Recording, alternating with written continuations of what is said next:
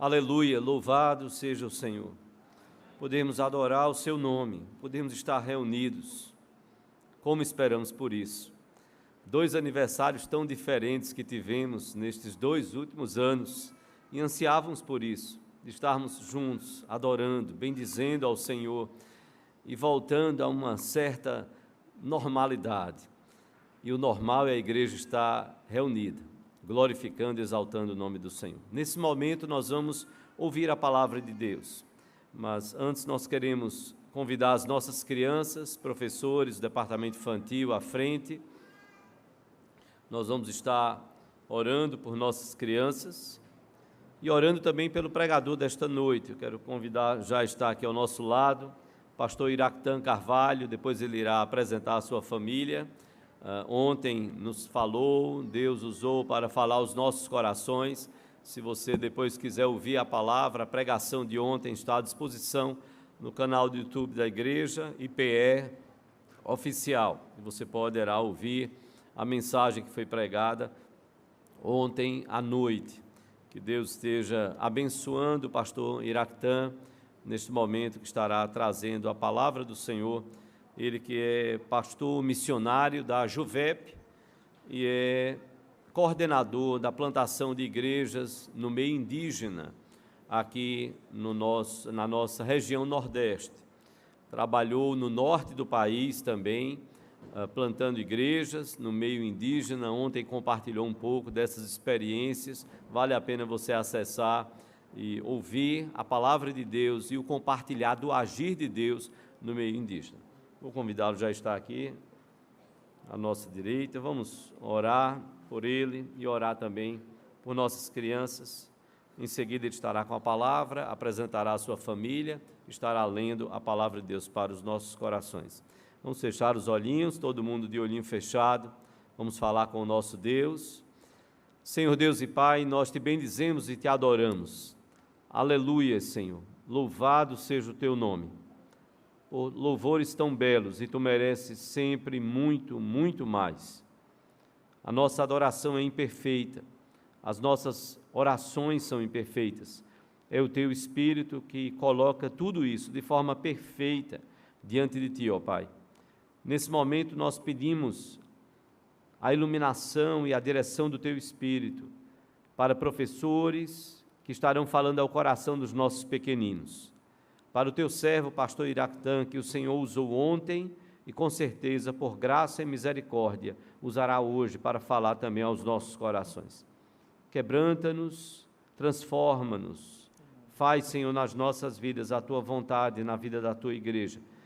Que saiamos daqui, Senhor, não emocionados, mas transformados pelo poder da tua palavra. Nós clamamos isto, ó Deus. Recebe, Pai, a nossa adoração. E usa os teus servos, professores, usa o teu servo, pastor Iractan, que o Senhor possa usá-lo para transmitir a tua palavra aos nossos corações. É o que nós ansiamos e oramos, em nome de Jesus, o Senhor da igreja, e para a glória dele. Amém, Senhor. Amém.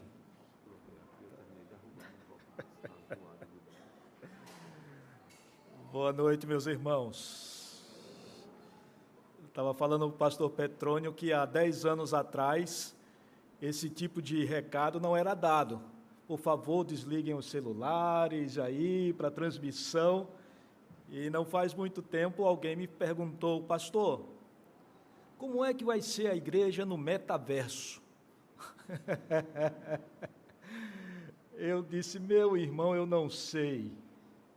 Eu sei que o que a palavra nos ensina é que a igreja é uma comunidade, e nós vimos isso ontem. Estivemos olhando juntos aqui, pelo menos 2 textos nos apontando que a igreja é o ajuntamento de pessoas que se reúnem. Olhamos o texto de Marcos, capítulo 3, quando Jesus convida os seus discípulos, e me parece que esse convite de Jesus aos seus discípulos já é uma marca daquilo que seria a igreja dele. E no capítulo 3 de Marcos, diz que ele escolheu para si aqueles que ele mesmo quis para estarem com ele. Que coisa boa! Não é verdade, irmãos?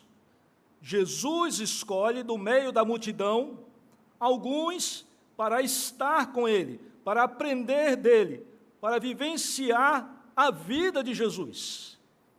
E o texto de Marcos diz que depois os envia a pregar o evangelho e a exercer a autoridade sobre os poderes do mal. Então me parece que já no primeiro momento, quando Jesus começa a organizar a sua comunidade, começa a organizar o seu corpo, a sua igreja, ele já vincula essa reunião de pessoas chamadas, escolhidas, e vincula também o fato de que ela é uma igreja missionária, e os envia para pregar as boas novas e a exercer a autoridade. Olhamos também o texto de Mateus capítulo 16, aquela conversa pedagógica, didática com os discípulos, quando ele pergunta o que dizem as pessoas a respeito de mim e o que dizem vocês também a respeito de mim. E Pedro faz então a confissão, aonde Jesus afirma que a igreja seria estabelecida em cima daquela confissão, da palavra de Pedro.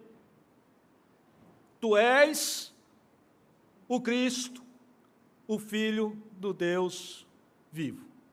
Essa igreja, então, é a igreja que se reúne, é a comunidade que se reúne, não apenas porque tem vontade de estar juntos, não apenas para ouvir um quarteto bonito como esse, ou então para estarmos aqui nessa festa comemorativa, mas nós estamos juntos porque o Senhor nos chamou. Somos igreja porque Ele nos escolheu. O capítulo 16 de Mateus também nos afirma que essa igreja é uma igreja vitoriosa e as portas do inferno, o que, irmãos? Não prevalecerão contra ela. Quando Jesus utiliza a palavra no grego também para a igreja, nos dá também a compreensão de que essa igreja, mais uma vez, essa igreja é uma igreja missionária. Esse corpo, esse ajuntamento de pessoas é uma igreja e é missionária. Quando diz que a igreja, e ele utiliza a palavra eclésia, os irmãos conhecem bem essa expressão, chamados para fora. Chamados não apenas porque são retirados do meio de uma sociedade perversa, corrupta, pagã, mas é também lançada de volta para o meio dessa sociedade corrompida, para sermos sal e luz. Graças a Deus, nós vimos isso ontem. E depois começamos a caminhar na direção do capítulo 17, que foi o capítulo lido ontem à noite. Eu não vou ler todo o capítulo dessa vez, para que a gente não vá até meia-noite. O pastor Petrônio falou que eu não posso chegar até meia-noite, e eu vou tentar fazer isso. Então, nós vamos olhar o capítulo 17 de João. Vou ler alguns versículos e tentar relembrar com os irmãos também o contexto aonde ocorreu essa oração que nós conhecemos como oração sacerdotal. Sacerdotal, porque Jesus estava exercendo aqui, especificamente nesse momento apropriado, essa função de intercessor diante do Pai, intercedendo pelos discípulos diante do Pai. E que ontem à noite eu falei que eu gosto de chamar essa oração de envio. E eu posso fazer isso com muita tranquilidade, porque o título dado aqui, ele não é necessariamente parte das Escrituras, mas apenas um caminho didático para compreendermos melhor o texto. E aí eu prefiro, então, chamar de oração de envio. Vou ler apenas alguns versículos. Capítulo 17, a partir do versículo 1. Tendo Jesus falado essas coisas, levantou os olhos ao céu e disse: Pai, é chegado a hora, glorifica o teu Filho, para que o Filho glorifique a ti. Assim como lhe conferiste autoridade sobre toda a carne, a fim de que ele conceda a vida eterna a todos os que lhe deste. E a vida eterna é esta: que te conheçam a ti, o que, irmãos? O único Deus verdadeiro, e a Jesus Cristo, a quem enviaste. Versículo 6. Manifestei o teu nome aos homens que me deste do mundo. Eles eram teus, e tu me confiaste, e eles têm guardado a tua palavra. Versículo 9. É por eles que eu rogo, não rogo pelo mundo, mas por aqueles que me deste, porque são teus.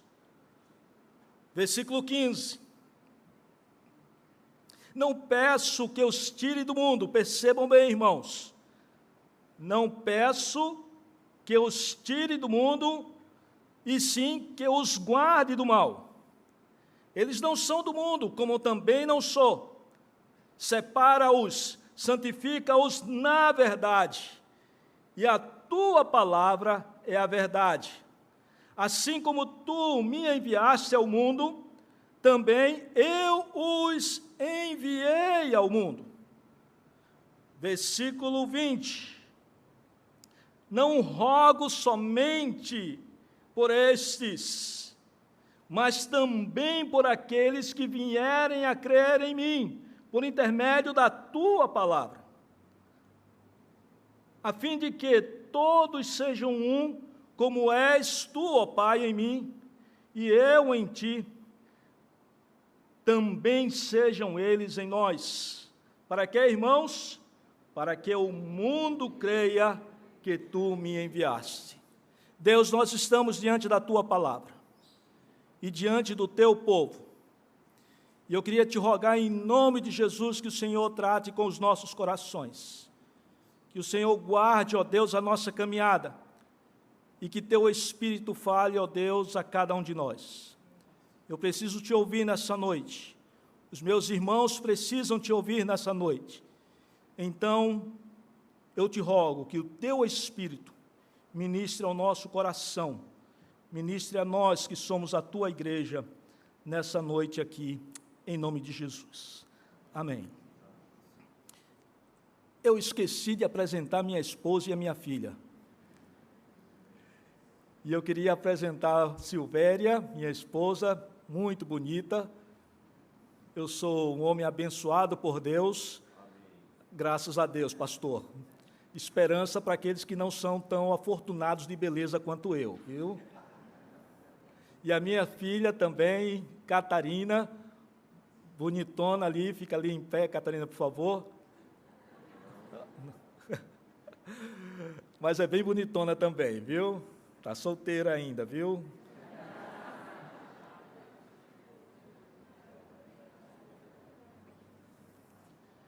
É muito importante nós lembrarmos que somos igreja. E somos igreja porque professamos a Jesus, e professamos a Jesus porque Ele se revelou a nós.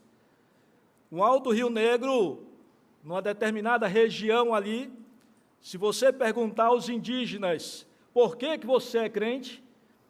Eles vão responder, porque eu sou batizado, porque eu frequento uma igreja evangélica e sou casado com uma mulher crente, por isso que eu sou crente. E falamos ontem desse grande perigo do que chamamos de nominalismo. Parecemos com crente, nos comportamos como crentes, mas de fato nós não somos crentes, porque nós não temos tido um relacionamento pessoal, visível, autêntico, real com Cristo. E nós precisamos, em nome de Jesus, avaliar o nosso coração. nós que fazemos parte aqui desse ajuntamento, estamos aqui comemorando 88 anos, graças a Deus pela organização desse espaço, pela organização dessa instituição. Precisamos avaliar o nosso coração, avaliar a nossa fé, aquilo que a gente crê, aquilo que a gente professa, e vermos se de fato nós fazemos parte dessa igreja. Quando Jesus escreve, ou aliás, quando Jesus faz essa oração, ele está no momento de despedida. E nós vimos ontem que esse momento de despedida começa no capítulo 13. Última ceia, Jesus com seus discípulos, ele lava os pés dos seus discípulos. Diz o texto que eles os amou até o final, e percebemos que ele começa de fato esse discurso de despedida a partir do versículo 31. E é muito interessante que é exatamente no momento em que Judas sai do meio deles para fazer o seu trabalho de traidor. Quando ele sai, então Jesus começa todo o seu discurso de despedida. Trabalhamos ontem com os irmãos, ali a partir do capítulo 14 também, relembrando ou tentando lembrar os irmãos, trazer à memória aquilo que nos traz esperança. E que nos traz esperança essa recomendação de Jesus, do capítulo 14, dizendo: não se turbe, o que, irmãos? O vosso coração. Mantenham o seu coração aquietados, como diz o salmista no Salmo 131. Fiz calar e sossegar a minha alma. Vimos também que Jesus recomenda aos seus discípulos que possivelmente estariam, e nós sabemos que ficaram desesperados, perdidos, sem norte. Afinal de contas, a grande esperança da sua vida, o grande encanto para a sua existência agora estava na cruz. E Jesus sabia que o coração daqueles discípulos estariam ali duvidosos, estariam desanimados, estariam entristecidos. E Jesus, aqui no seu discurso de despedida, fala para eles: creiam em Deus, continuem crendo em Deus. E aí nós tentamos aqui com os irmãos relembrar quem é esse Deus.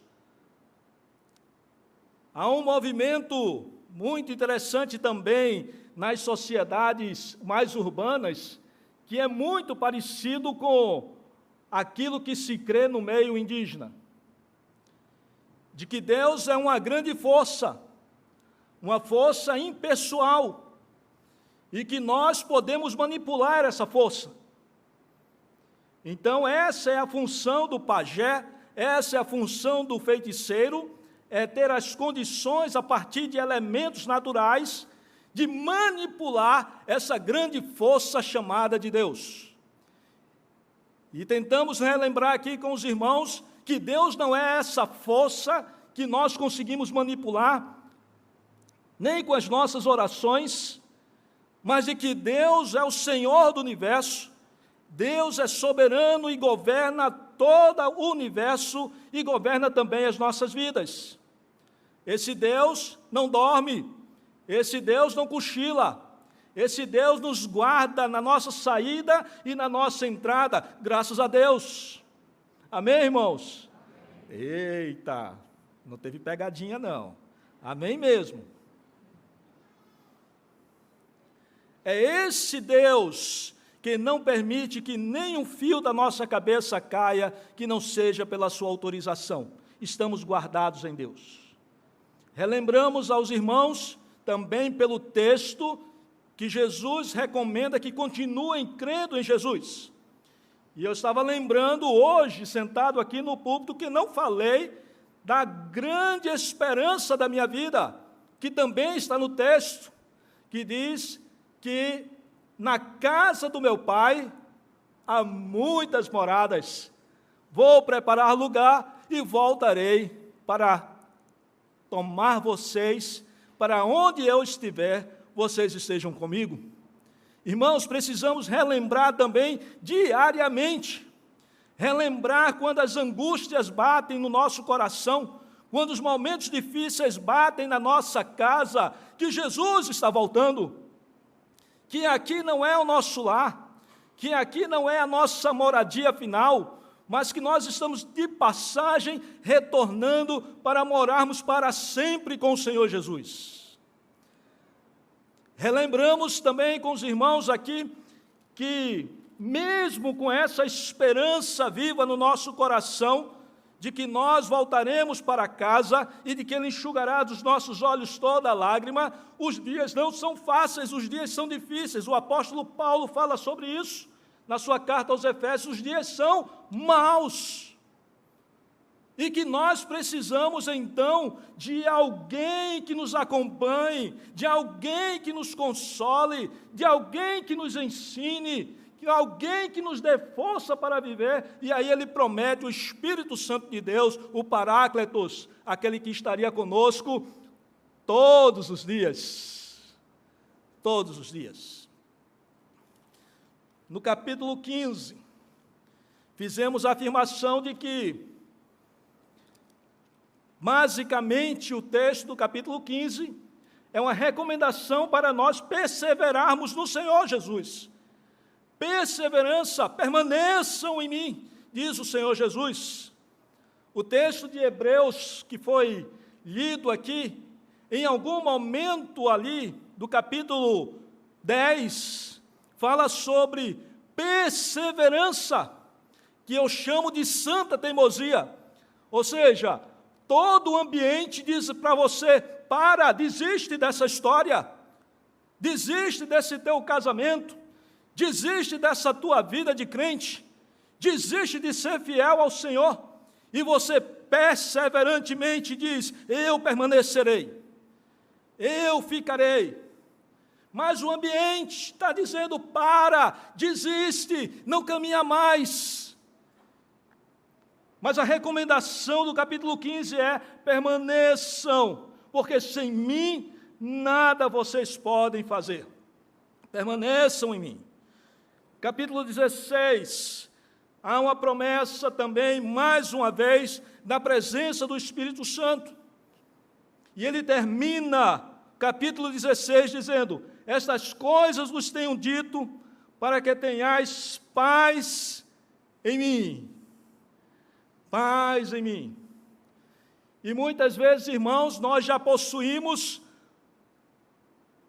a paz com Deus, que foi estabelecida ali naquele momento que nós professamos os nossos pecados e cremos que a obra de Jesus foi suficiente para nos perdoar e estabelecer um novo relacionamento com Deus.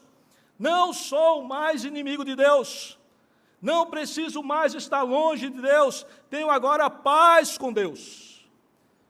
Mas o que me impressiona, irmãos, é que quando nós olhamos Filipenses capítulo 4, e me parece que também aqui o texto de João capítulo 16, versículo 33, ele está nos propondo não apenas esse estabelecimento de paz com Deus, mas usufruir da paz de Deus. Eu não apenas consertei minha relação com Deus, mas agora eu usufruo da paz de Deus, paz que excede todo entendimento, diz o apóstolo Paulo, paz que não está vinculada às situações. Os dias estão fáceis, eu estou com dinheiro no bolso, estou fazendo um churrasco para os meus amigos, e eu estou em paz, fácil demais, não, irmãos? Mas nos dias difíceis, quando não há o sustento necessário, quando a enfermidade bate na nossa casa, nós precisamos também usufruir dessa paz no coração, desse descanso no coração, e terminamos ontem relembrando o Salmo, em paz me deito e logo pego no sono, porque só o Senhor nos faz repousar em segurança. Os irmãos creem nisso, os irmãos têm vivenciado isso. Ontem também falamos, relembrando ainda, que um historiador chamado Michael Green, ele nos propõe pelo menos 3 elementos que motivavam a igreja primitiva na pregação do Evangelho, a fazerem o Evangelho crescer numericamente de forma tão rápida, mas também se espalhar ali pelas regiões mais distantes do mundo conhecido de forma também tão rápida. E ele diz que aquela comunidade primitiva, aquela primeira igreja, ou aqueles primeiros crentes que fugiam também da perseguição, então percebam, irmãos, que não eram dias fáceis, não eram dias tranquilos, havia uma perseguição, todos fugiram segundo o capítulo 8 de Atos, exceto os apóstolos, mas à medida que eles iam se espalhando, eles iam pregando o Evangelho. E eles iam pregando o Evangelho, segundo esse autor, por causa de um grande sentimento de gratidão a Deus pela obra de Jesus na cruz. Eles também iam pregando o Evangelho pelo sentimento de responsabilidade de compartilhar esse Evangelho. E também pelo sentimento de preocupação. Outros missiólogos têm apontado também e têm falado que essas comunidades atraíam os não crentes por causa do brilho, por causa da forma como eles viviam. Isso me impressiona, irmãos. Alguns deles chegam a dizer que não existia nenhum tipo de método, nenhum tipo de estratégia humana, pensada, elaborada para o crescimento da igreja, mas era um modo de vida dessa comunidade que atraía os não crentes. As pessoas de fora olhavam para aquela comunidade e diziam: eu quero participar dessa comunidade. E eu fico pensando, irmãos, que não apenas a vida comunitária, não apenas a vida quando aqueles irmãos, aqueles crentes se juntavam em oração, em partilhar do pão, em adoração, em oração, como nós fazemos, aquilo era encantador para quem estava fora, mas não era só isso. Eu imagino que a vida pessoal de cada um daqueles crentes era uma marca da presença, da glória de Jesus, de tal forma que as pessoas olhavam e diziam: nós queremos isso. E o Evangelho cresceu, e aí creio o Evangelho foi se espalhando por todo o mundo, não por causa de estratégia humana, de métodos elaborados, mas por causa da presença gloriosa do Espírito Santo. A minha oração, meus irmãos, é que a minha vida seja assim. A minha oração é que a minha família seja assim. Que a nossa igreja seja assim. Que as pessoas olhem para nós e percebam a glória de Jesus, a presença de Jesus, as virtudes daquele que nos chamou das trevas para a sua maravilhosa luz, e digam: eu quero ser assim. E quando João escreve o seu evangelho, já na segunda metade do primeiro século, as igrejas espalhadas, as igrejas talvez assustadas pelo ambiente de perseguição, de não compreensão, de culturas diferentes, e talvez ali perdidas, sem saber exatamente o que fazer, a memória dos efeitos ou dos acontecimentos do passado já se desfazendo. João escreve não apenas para narrar os acontecimentos ou o ministério de Jesus, a história de Jesus, mas ele escreve para que a fé desses crentes sejam ainda mais edificadas, para que esses crentes permaneçam firmes. E eu queria olhar rapidamente com os irmãos. Prometo que eu não vou até meia-noite, pastor. Aquele irmão está aqui.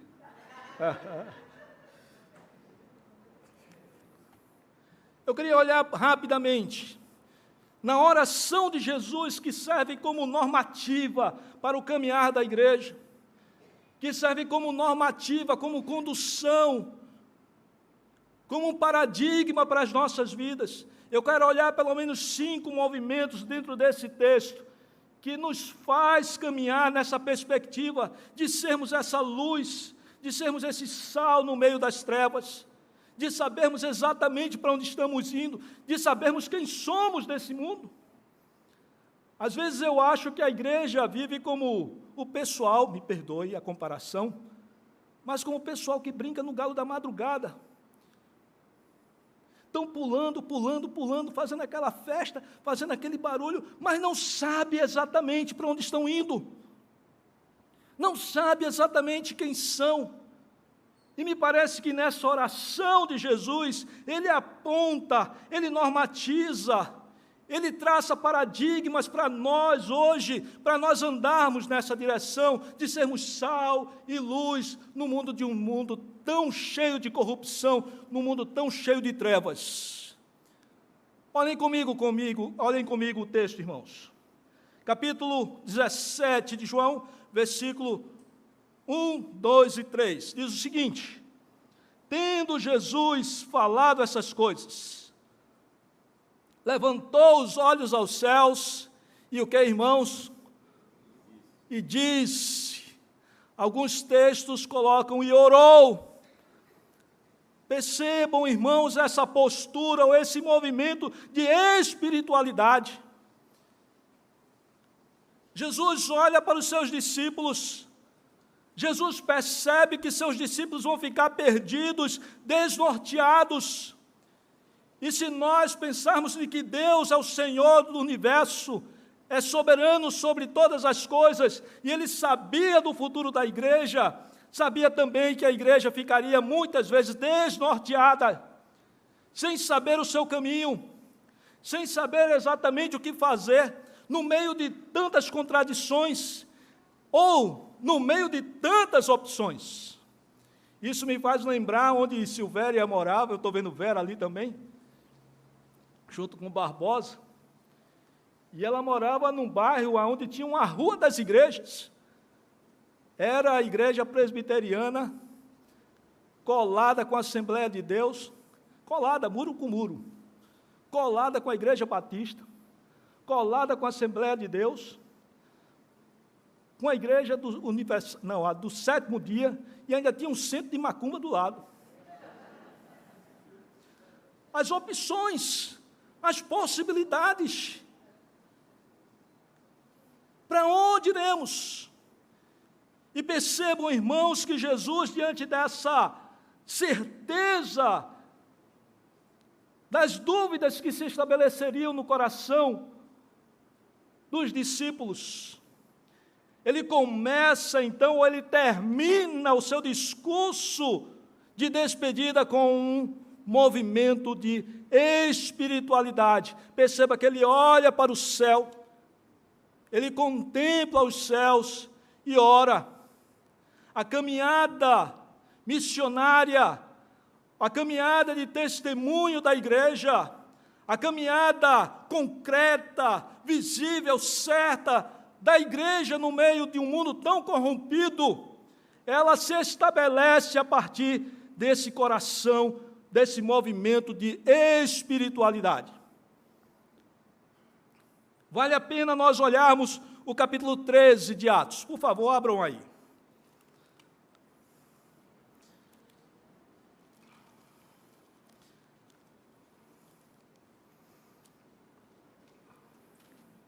O capítulo 13 de Atos. A igreja de Antioquia se prepara então para enviar Paulo e Barnabé para a primeira viagem missionária. E diz o seguinte, versículo 2: e servindo eles ao Senhor, e jejuando, disse o Espírito Santo: separai-me agora Barnabé e Paulo para a obra que eu os tenho chamado. Algumas versões, alguns estudiosos falam que esse serviço pode ser também traduzido como e adoravam ao Senhor. O serviço como sendo um momento de adoração. como sendo essa postura de adoração. Ou seja, eles tinham essa sensibilidade de perceber de fato quem era Deus, as ações de Deus, o propósito de Deus. Não eram religiosos reunidos num culto ou numa cerimônia, mas eram homens que estavam adorando, percebendo a presença de Deus. Estavam em oração. Eu já fui muito sensível ao Santa Cruz. Muito sensível. Sozinho no meu quarto, de joelho às vezes, ouvindo o radinho,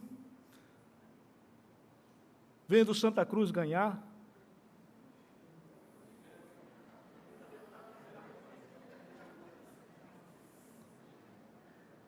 E era um misto de sorriso, de choro, e o meu coração se sensibilizava. Depois se sensibilizou tanto com as derrotas que eu desisti.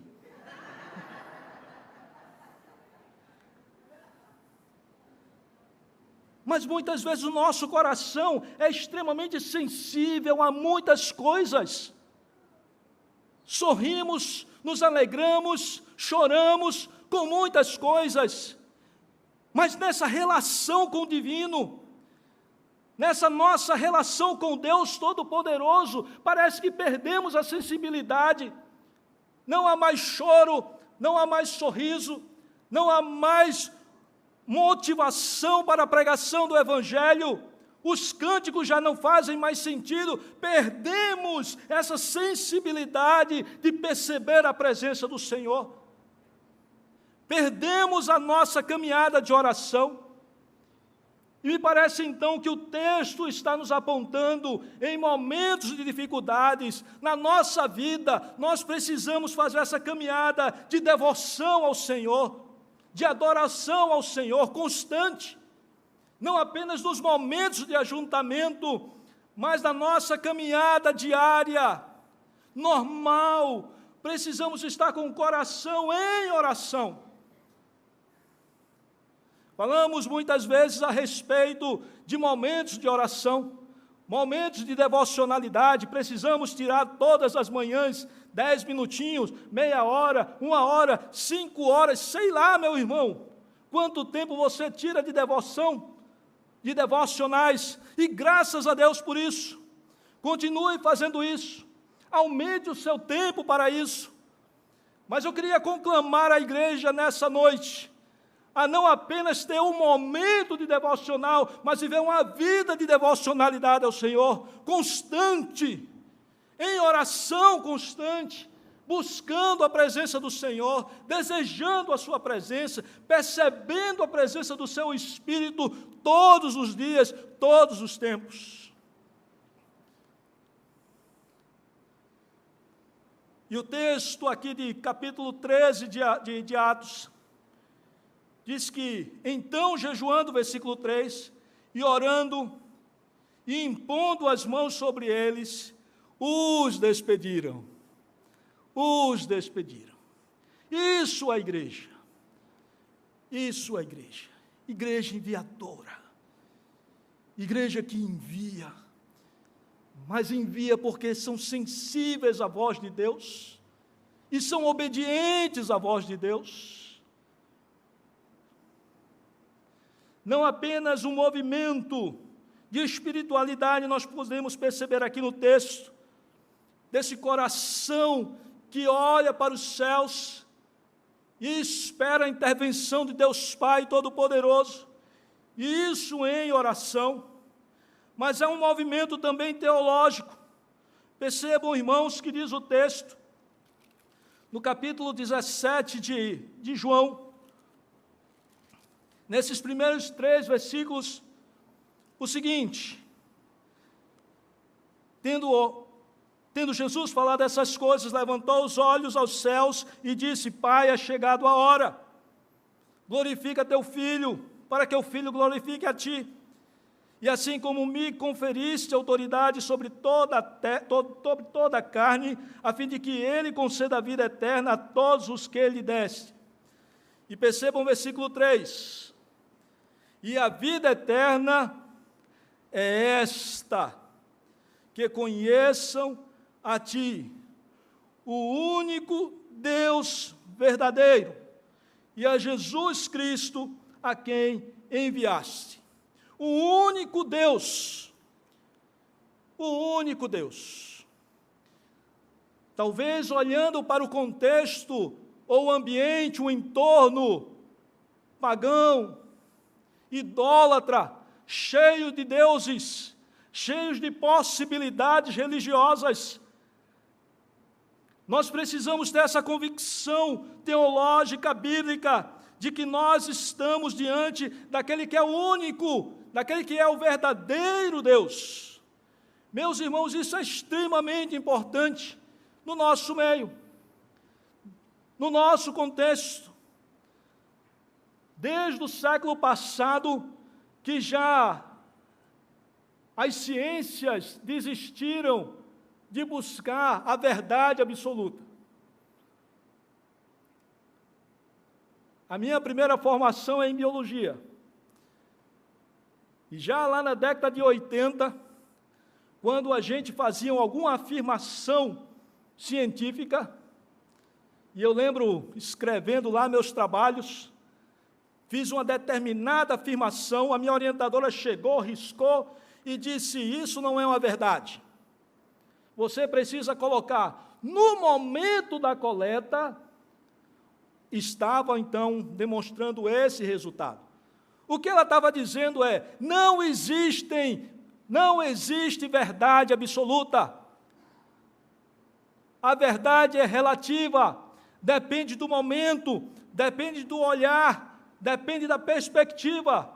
Isso no século passado. Abrindo então as janelas para as várias possibilidades. Você pode ser crente, você pode ser espírita, você pode ser o que quiser. Isso me faz lembrar mais uma vez essa minha orientadora. Certa vez ela chegou no laboratório, olhou para mim e disse: meu Deus! Aí todo mundo parou de trabalhar, ficou olhando para ela. E ela disse: eu tenho um pai de santo e um pastor no meu laboratório. As possibilidades. Mas nós estamos vivendo hoje um tempo muito mais complicado e muito mais difícil, porque não existem nem mais verdades relativas, não existem verdades. Estamos vivendo um tempo da mentira, o tempo onde não há nenhuma possibilidade de se estabelecer o que é certo, o que é errado, o que é bom e o que não é. E nós precisamos dessa convicção bíblica, teológica, de que nós estamos diante do Deus da verdade. O Deus que é a verdade para todas as questões humanas, sejam elas filosóficas, científicas, porque todas as coisas giram em torno de Jesus, o Cristo. Precisamos dessa convicção em tempos como os nossos. Em dias do metaverso, em dias do pluriverso, nós estamos diante, meus irmãos, do único Deus verdadeiro. E é Jesus Cristo que foi enviado por Ele. O outro detalhe teológico que tem aqui no texto, no versículo 1 diz: glorifica o teu Filho. Olhem aí o texto, irmãos. Glorifiquem o teu Filho, para quê? Para que o Filho glorifique a ti. Eita! E essa glória não sai desse ciclo, não é? Não sai não, irmãos. A glória pertence a Deus. E muitas vezes achamos que a glória se estabelece também para a igreja, mas se estabelece apontando para Deus, e não a glória para a igreja pela igreja. Eu sou muito empolgado com questões de estratégias, de métodos, estou trabalhando com isso coordenando equipes, e eu vivo procurando as melhores estratégias, os melhores métodos, viu, irmãos? E certa vez, empolgado, escrevendo e falando e discutindo, e aí o reverendo Ronaldo virou para mim e disse: cuidado, viu? Eu disse: cuidado com o quê, rapaz? Estou fazendo o trabalho do Senhor. Porque muitas vezes nós ficamos tão encantados com a vida, com a estrutura, com a dinâmica da igreja, e esquecemos que a glória é do Senhor. A glória, ela não se estabelece nas paredes, nas grandes construções, mas a glória se estabelece na vida de piedade dos seus membros, que olham e adoram ao Deus Todo-Poderoso. A glória não se estabeleceu nas grandes catedrais construídas nos primeiros séculos, mas a glória se estabeleceu na vida daqueles que foram sacrificados pelo nome de Jesus, mortos, porque não negaram a sua fé. E as pessoas que viam e que percebiam isso, olhavam e glorificavam a Deus.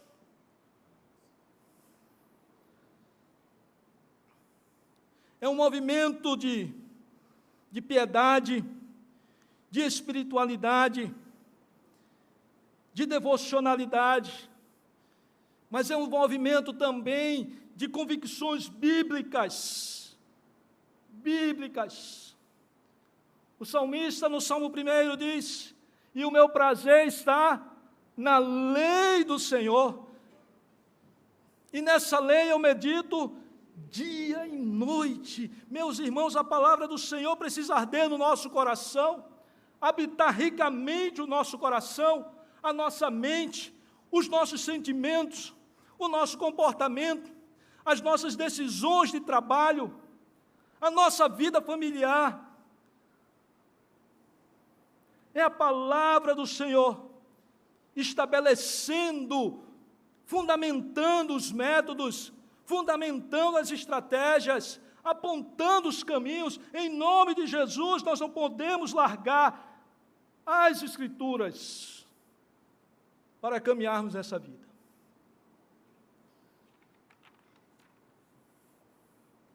Terceiro movimento, o que eu chamei de movimento identitário. A partir do versículo 6 até o versículo 12, se os irmãos olharem, podem olhar em casa, as afirmações que Jesus faz a eles, aqueles, esses que me pertencem, eu oro por estes que tu me destes. Irmãos, nós pertencemos ao Senhor, nós somos conhecidos por Deus. O livro de Naum, capítulo 1, versículo 7, é um livro muito bélico, muito denso, palavra de profecia contra Nínive, e Deus vem e fala coisas pesadas, às vezes até desconfortáveis para a nossa alma, buscando sossego e tranquilidade. Mas me impressiona porque no capítulo 1, versículo 7, há um versículo, no meio daquela descrição bélica, densa, diz o seguinte, presta bem atenção, irmãos, diz: o Senhor é bom. Amém, irmãos? Precisamos crer nisso, na bondade do Senhor todos os dias, todos os momentos, mesmo quando estamos em momentos de dificuldades, em momentos desconfortáveis, precisamos crer de que Deus é bom. Mas o texto continua, o pequeno versículo diz: fortaleza, segurança para aqueles que os conhecem, conhecidos de Deus, protegidos de Deus, amados de Deus. É por esses que eu rogo. Eu não rogo pelo mundo, mas por esses que o Senhor me deu, é o que Jesus está dizendo. Nós pertencemos a Ele, não somos menores abandonados, largados no mundo. Nós não estamos lidando com um Deus irresponsável que está sentado no trono e nos esqueceu aqui. Nós somos amados de Deus, guardados de Deus.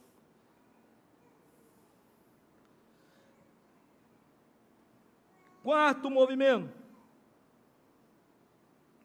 o que eu chamo de movimento de envio, a partir do versículo 13 ao versículo 18.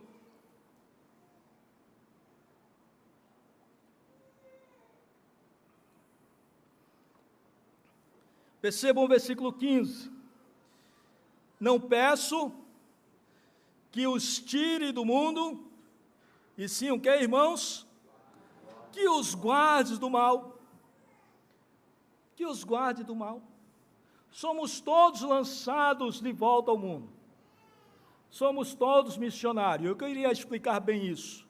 Alguns missiólogos chegam a dizer que talvez tenha sido esse o grande problema da diminuição de envio de missionários nesses últimos anos.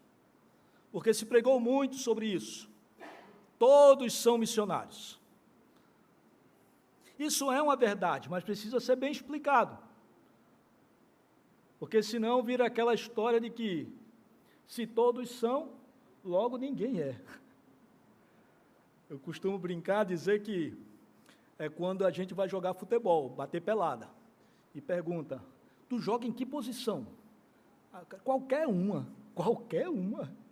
Ou o cara é muito bom de bola, ou o cara não joga nada, né? Então, a ideia de que todos são missionários pode ocorrer de pensarmos, logo, ninguém é missionário. Ninguém é enviado. Alguns são chamados ou possuem, de fato, um chamado específico para trabalhar numa determinada cultura, numa determinada situação, num determinado contexto aí social, e há esse chamado específico de Deus. O reverendo Ronaldo costuma dizer que a ideia de apóstolos não é essa ideia que nós temos hoje, do apóstolo, que é pai apóstolo, que é não sei o quê, mas é a ideia daqueles que são lançados, são enviados para a pregação, e uns de fato são chamados para esse apostolado, para esse trabalho fora, enviados para regiões mais distantes, ou regiões espacialmente distantes, ou culturalmente distantes. Mas o que nós olhamos e observamos não apenas nos ensinos dos evangelhos, mas nas cartas pastorais também, é que todos nós temos esse chamado de sermos sal e luz no meio das trevas.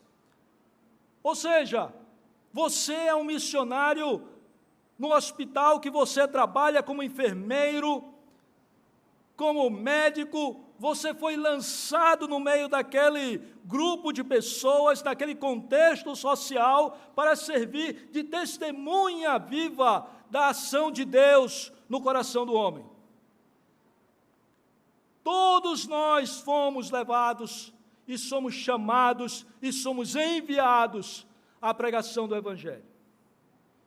E isso não é uma coisa muito confortável, irmãos.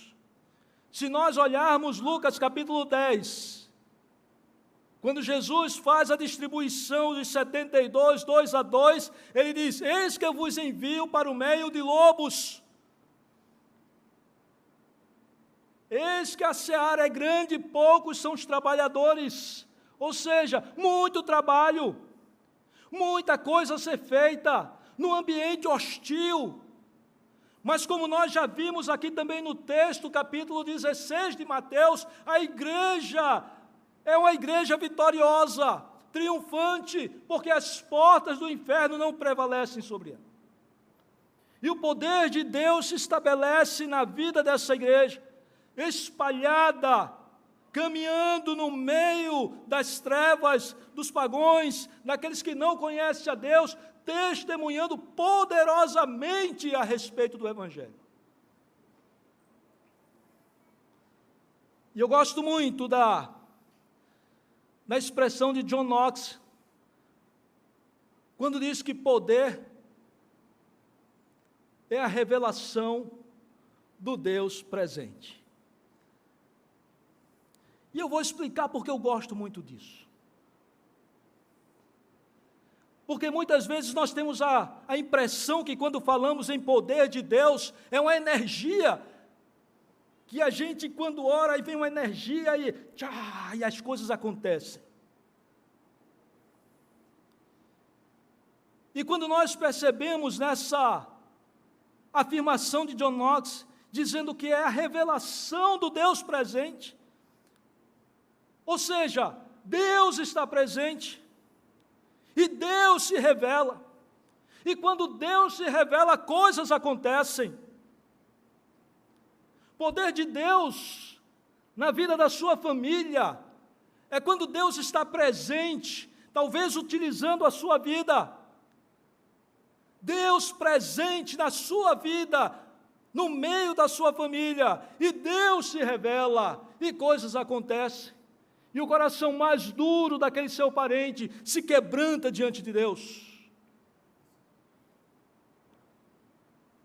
Poder de Deus no trabalho missionário é a presença do Deus que enche toda a terra, todas as nações, todos os espaços. Não há um só lugar nesse universo que podemos nos esconder de Deus. Deus está presente, e quando Deus se revela, coisas acontecem.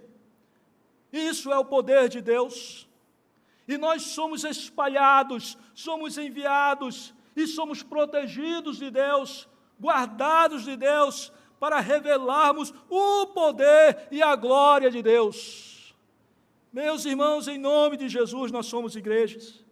Nós somos igreja, e somos enviados para proclamar as virtudes, para revelar a glória de Deus, revelar o poder de Deus.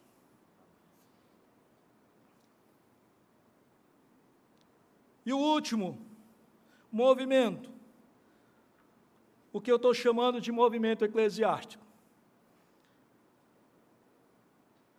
Vejam aí a partir do versículo 20, diz o seguinte: não rogo somente por estes, mas rogo por todos aqueles que vierem a crer. Então percebam, irmãos, Jesus ora, inclusive por nós. E a oração dele é para que sejamos um, para que o mundo conheça, para que a glória seja revelada.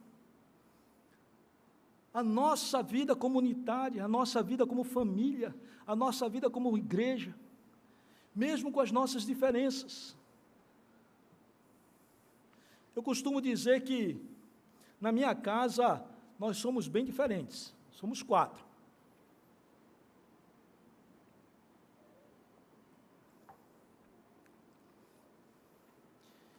Eu sou um cara extremamente indeciso. Para mim, comprar uma bicicleta, um carro, tomar uma decisão de sair de uma cidade para ir para outra, para o trabalho missionário, eu penso 1000 vezes. Eu penso, será que vai dar certo? Será que isso é de Deus? Será que é esse o caminho? Será que eu estou fazendo a prestação certa? Será que eu estou pagando certo e tal? Eu perco noite. E quando eu falo com minha esposa, que é mais direta, mais rápida, eu falo, eu estou pensando em me mudar. Aí, quando eu olho para ela, ela já está no celular. Aí, está fazendo o quê, amor?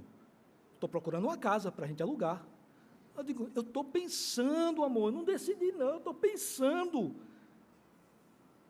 Rápida. Eu lento. Ela fica com raiva de mim. Na mesma hora, já me chama de amorzinho. Eu passo uma semana de cara feia para ela.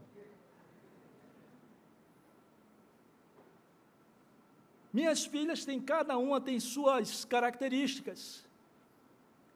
Carolzinha é assim, oi, pai. Eu lembro quando era criança, ligava às vezes do campo missionário para elas, para a família. E aí, Silvéria, deixa eu falar com Carolzinha. Ela, oi, pai, estou morrendo de saudade do Senhor. Isso tudo pequenininha.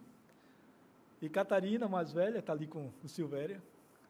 Aí, deixa eu falar agora com Catarina. Aí, oi, pai, que foi? Oh, filha, só estou querendo saber de você. Ah, estou bem. Ainda hoje é assim. É estudante de física, né? Então imagina. Somos completamente diferentes. Temos tudo para dar errado, como família. Tudo para dar errado.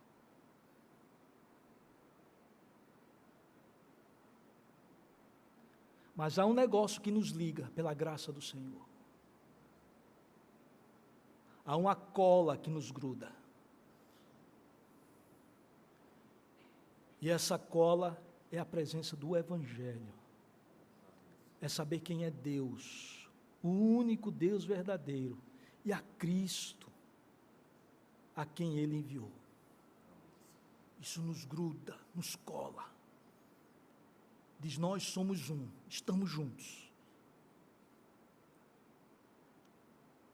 Meus irmãos, em nome de Jesus, estamos vivendo tempos extremamente egoístas, de relacionamentos extremamente superficiais, presta atenção, por qualquer coisa, como é que se diz aí, lhe desconecta, não, como é que se chama,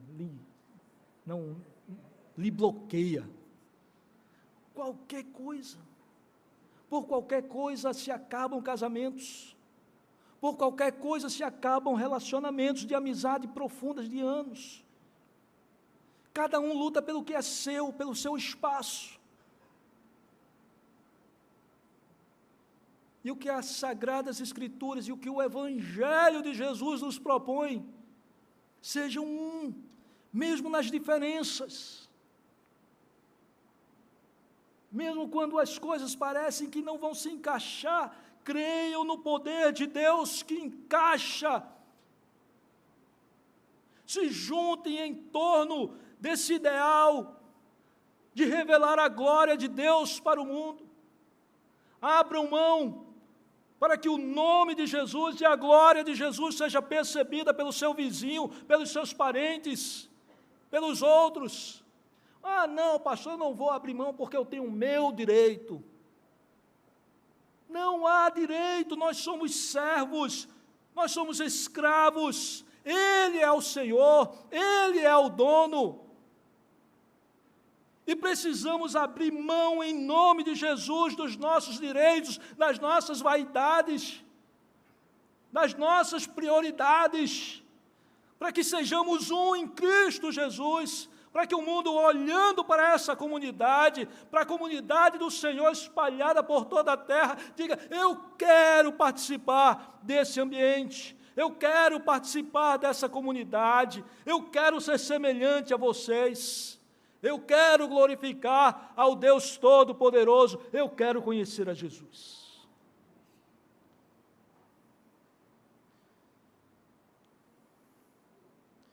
A minha oração nessa noite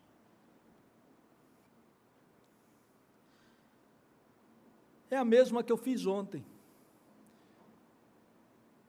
Que o Espírito Santo aplique a sua palavra no nosso coração. Porque eu sei, irmãos, que mais da metade do que eu falei aqui, os irmãos já sabem, já estão carecas como eu de saber. Anos na igreja. Se o Espírito de Deus não quebrantar o meu coração, o seu coração, se Ele não se revelar a você e a mim, vamos continuar do mesmo jeito, com os nossos egoísmos, com as nossas vaidades, com a nossa indiferença, com a nossa falta de sensibilidade em perceber a Deus, de reconhecer a Deus, de reconhecer a voz de Deus, de obedecer a Deus. de olhar para as Escrituras e perceber Deus fala através das Escrituras. Eu me inclino diante da palavra e essa palavra me faz chorar diante da revelação do divino. Oh, meus irmãos, essa tem sido a minha oração para a minha vida. Para a minha vida. Eu tenho desejado isso. Eu espero que os irmãos desejem isso também. Deus, nós estamos diante da Tua presença. E o Senhor conhece o nosso coração, conhece a nossa vida, conhece essa igreja, conhece essa comunidade, as famílias que estão aqui. O Senhor conhece os corações. Talvez alguns aqui nem te conheçam, isso é fácil, mas o Senhor conhece a todo mundo aqui. Não há nenhum coração aqui que esteja escondido da Tua presença. Mas nós vimos aqui que Teu Espírito é poderoso para fazer muito mais do que nós imaginamos. Para aqueles que estão cansados, restabelecer o vigor. Para aqueles que perderam o brilho da Tua glória, sejam agora, ó Deus, reedificados, animados no Senhor. Para aqueles que estão entristecidos por causa de um filho, da esposa, do marido, ó Deus, o Senhor é poderoso para fazer muito mais do que nós imaginamos, não só na vida daquele que nós amamos, mas nas nossas próprias vidas também. O Senhor conhece os corações, trata com cada um de nós. O Senhor conhece o meu coração, as minhas necessidades, os meus medos, as minhas inseguranças. Oh, meu Deus, em nome de Jesus, te revela a mim diariamente. Te revela, ó Pai, através da Tua palavra. Dá-me sensibilidade, ó Deus, de perceber a Tua presença. Quando o Senhor fala, quando o Senhor ensina, quando o Senhor conduz. Ó Deus, permita que essa igreja, nos próximos anos, possam revelar ainda mais a Tua glória. Nós te agradecemos